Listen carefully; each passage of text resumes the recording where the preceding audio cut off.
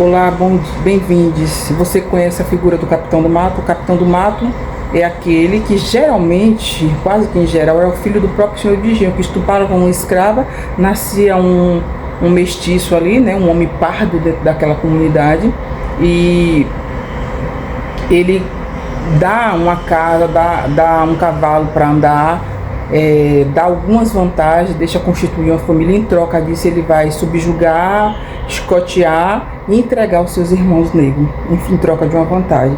E não se engane, o Capitão do Mato ele existe hoje. Eu descobri que está mais vivo do que nunca o mito não, a ideia do Capitão do Mato, né? O Hélio de la Penha, agora na história do Léo Lins, ele veio defender o humor, né?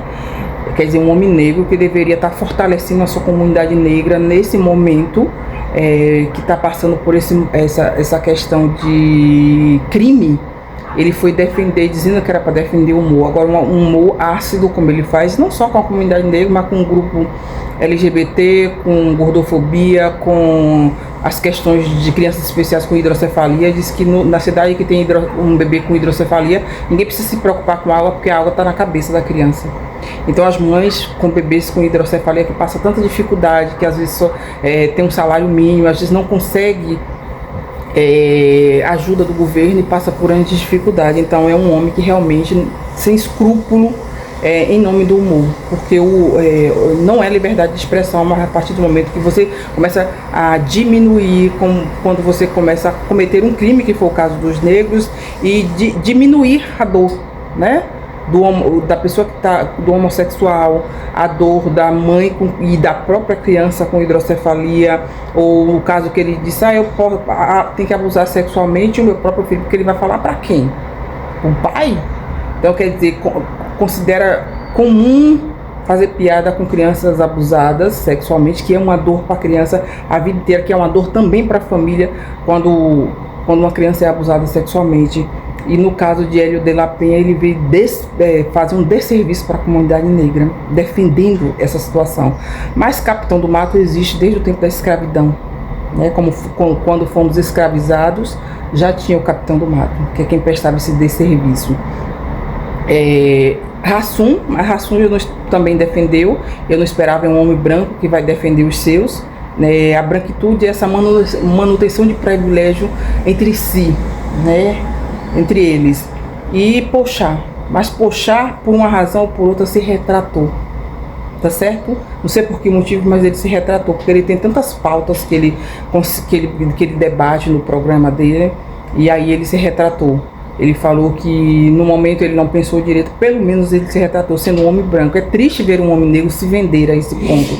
Eu não sei se vender por algum dinheiro ou se vender pela ideia de entender, gente, quando eu faço uma piada, que essa piada vai ferir uma comunidade, vai ferir uma pessoa, vai tirar, deixar uma comunidade inteira machucada, isso não pode ser piada. Isso é um crime, precisa ser penalizado como o foi. Tá certo? Mas não nos enganemos não, né? Existem vários capitães do mato aí dentro da sociedade o tempo todo. Ele sempre existiu, está existindo e vai continuar existindo. Que bom que coletivamente a gente está se apoiando. Toda a comunidade negra está se apoiando, toda a comunidade negra está unida, toda a comunidade negra entende isso como um crime.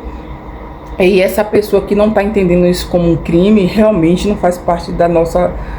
embora tenha cor negra, presta esse desserviço por alguma razão. Lá o Capitão do Mato se vendia e a gente entendia. Aqui eu não sei se eles estão se vendendo, só eles sabem por que está fazendo.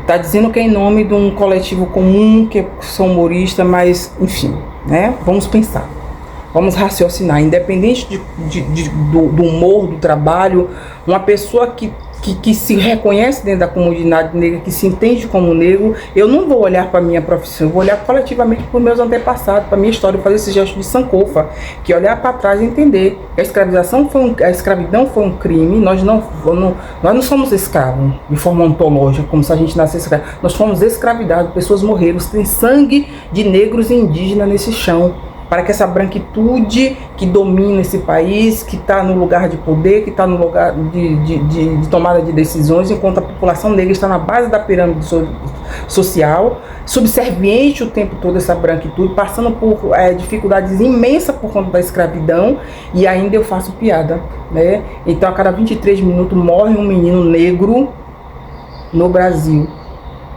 e é fruto do processo de escravização desse país.